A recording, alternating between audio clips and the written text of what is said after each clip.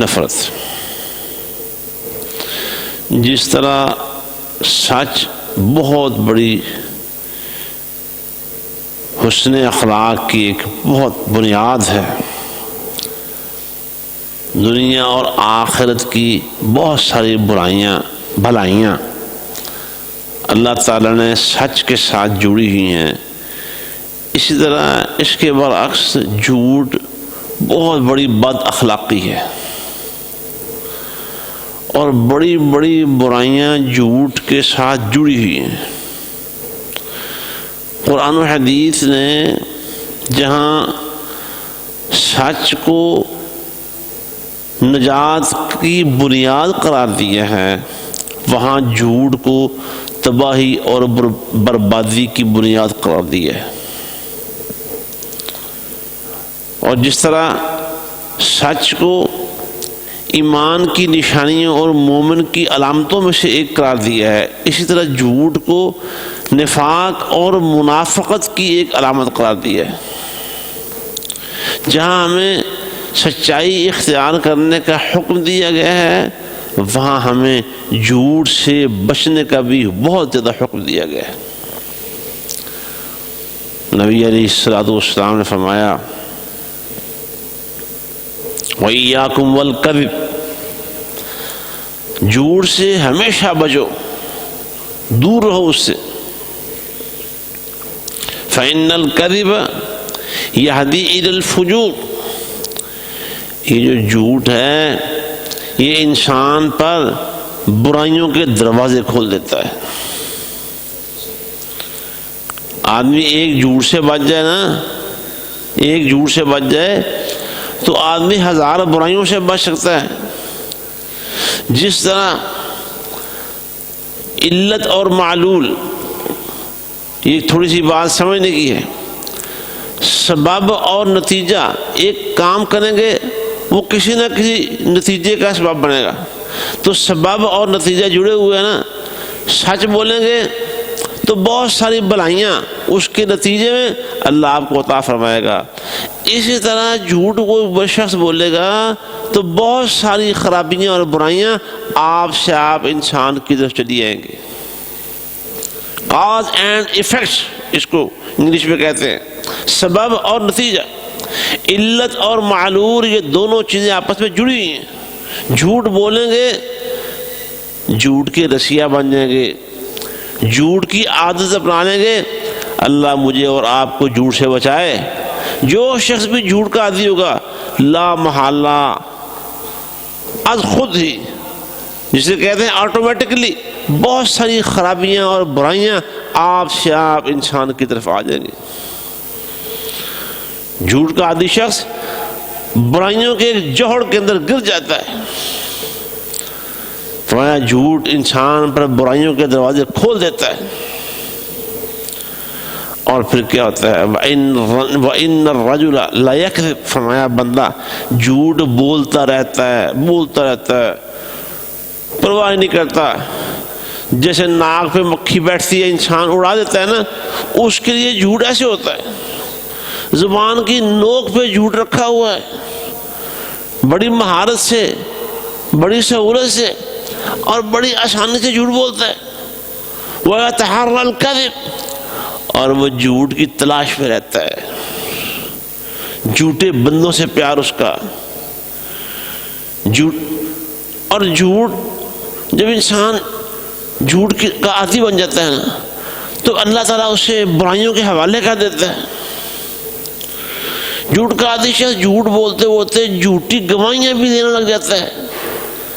بڑے پنچایت میں، عدالت میں جب موقع ملتا ہے وہ جھوٹی گواہی دیتا ہے، اور یہ بڑا خطرناک جرم ہے. پھر ہوتا کیا ہے، بندہ جھوٹ بولتا ہے، جھوٹ کی تلاش اور جستجو میں رہتا ہے. رزلٹ کیا نکلتا ہے؟ حتی یکتب عند اللہ کذابا، اللہ کے ہاں پرلے درجے کے جھوٹے شخصوں کی ایک فہرست تیار ہو رہی ہے. اس شخص کا نام بھی اس فہرست میں داخل کر دیا جاتا ہے. اسے معمولی جرم نہ سمجھیں، یہ بہت بڑی اخلاقی برائی ہے. یہ معاشرتی ناسور ہے. ناسور سمجھتے ہیں کیا ہوتا ہے؟ کینسر کا پھوڑا. یہ جھوٹ انسانوں کو اور انسانی معاشرے کو تباہ کر کے رکھ دیتا ہے. اور نبی علیہ السلام نے فرمایا منافقت کی 3 علامتیں ہیں، اور بعض روایتوں میں آتا ہے منافقت کی 4 علامتیں ہیں. جس شخص میں ایک بات پائی جاتی ہے اس میں منافقت کی 1 علامت پائی جاتی ہے، اور جس میں وہ ساری باتیں پائی جاتی ہیں وہ پکا منافق ہے. اور ان میں سے ایک بات کیا ہے؟ وَإِذَا حَدَّثَ كَذَبَ. بات پہ جھوٹ بولتا ہے. جب زبان کھلتی ہے وہاں سے جھوٹ کے سوا کچھ برآمد ہوتا ہی نہیں ہے. میں عرض کر رہا تھا نا، جب ایمان کی علامتوں میں سے ایک علامت کیا ہے؟ سچ بولنا، سچائی. مومن سچا ہوتا ہے. تو اس طرح اس کے مقابلے میں منافقت کی، نفاق کی علامتوں میں سے جھوٹ بولنا بھی ایک ہے. مطلب منافق ہو جاتا ہے. جس طرح سچائی انسان کو نجات دیتی ہے، اس طرح برائی انسان کو تباہی کے دھانوں پہ لا کھڑا کرتی ہے. یہ چھوٹی بات نہیں ہے. جھوٹ بہت بڑا ناسور ہے. ہمیں اپنے ہر معاملے میں، بچوں کے سامنے، بیوی کے سامنے، سب معاملات کے اندر، دوستوں کے ساتھ، کاروبار کے اندر سچائی کو اختیار کرنا چاہیے. اور یاد رکھیے جو 1 پائی یا اس کا بھی 10واں حصہ انسان جھوٹ کے ساتھ کماتا ہے، اس کی ساری کی ساری روزی حرام کی قرار پاتی ہے.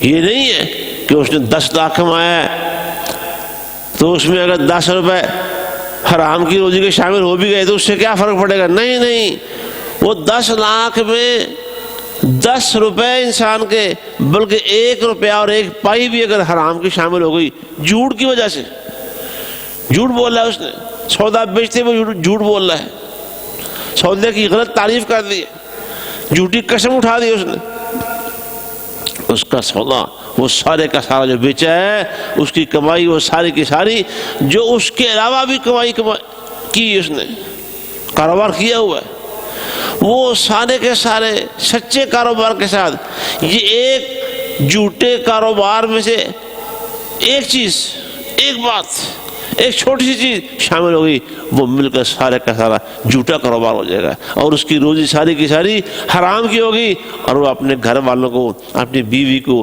مسجد کو وہ جھوٹا اور حرام کھلا رہا ہے. اس لیے حضرات یاد رکھیے یہ جو جھوٹ ہے یہ ایک برائی نہیں ہے، یہ ایک ایسی برائی ہے، یہ ایک ایسا سنگل ہے جس نے وہ سینکڑوں ہزاروں برائیوں کو اپنی لپیٹ میں لیا ہوا ہے. جب جھوٹ کو پکڑ لے گا، جھوٹ کو اپنا لے گا، جھوٹ کا عادی اور رسیہ بن جائے گا، تو وہ درجنوں نہیں، سینکڑوں نہیں، ہزاروں برائیاں آپ سے آپ انسان کی طرف چل کے آئیں گی. اس لیے اللہ تعالیٰ سے ہمیشہ دعا کرنی چاہیے کہ اللہ مجھے جھوٹ سے بچا، جھوٹی زبان سے بچا. وہ جو دعا آتی ہے نا مسنون دعا، وہ اس میں یہ بات بھی ہے، اے اللہ اللہم طہر قلبی من النفاق، اے اللہ میرے دل کو منافقت سے بچا. اللہم طہر قلبی من النفاق، اے اللہ میرے دل کو نفاق سے بچا، اے اللہ میرے عمل کو ریا سے بچا، اور اللہ میری زبان کو جھوٹ سے بچا. اور یہ نہیں بندہ کہتا کہ میں بچ سکتا ہوں، نہیں، جب تک انسان کو اللہ کی توفیق نہیں ہوگی، جب تک وہ اللہ سے رابطہ نہیں کرے گا، جب تک اللہ سے وہ مانگے گا نہیں، انسان کسی نہ تو اچھائی پر قائم رہ سکتا ہے اور نہ کسی برائی اور خرابی سے بچ سکتا ہے. اگر اچھے کاموں کے لیے اللہ کی توفیق چاہیے تو برائی سے بچنے کے لیے بھی اللہ کی توفیق ہی چاہیے. تو آئیے اللہ سے دعا مانگتے ہیں، اے اللہ ہمیں جھوٹ سے بچا.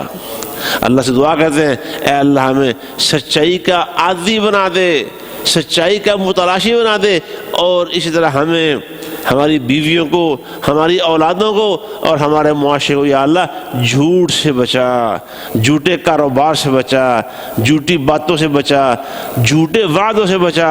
ایسا نہ ہو کہ بندہ وعدے کرتا رہے اور جھوٹ بولتا رہے، اور بندہ باتیں کرتا رہے اور جھوٹ بولتا رہے۔ اللہ جھوٹ سے اور جھوٹوں کے برے انجام سے اللہ مجھے اور آپ کو محفوظ فرمائے۔ وآخر دعوانا ان الحمد للہ رب العالمین۔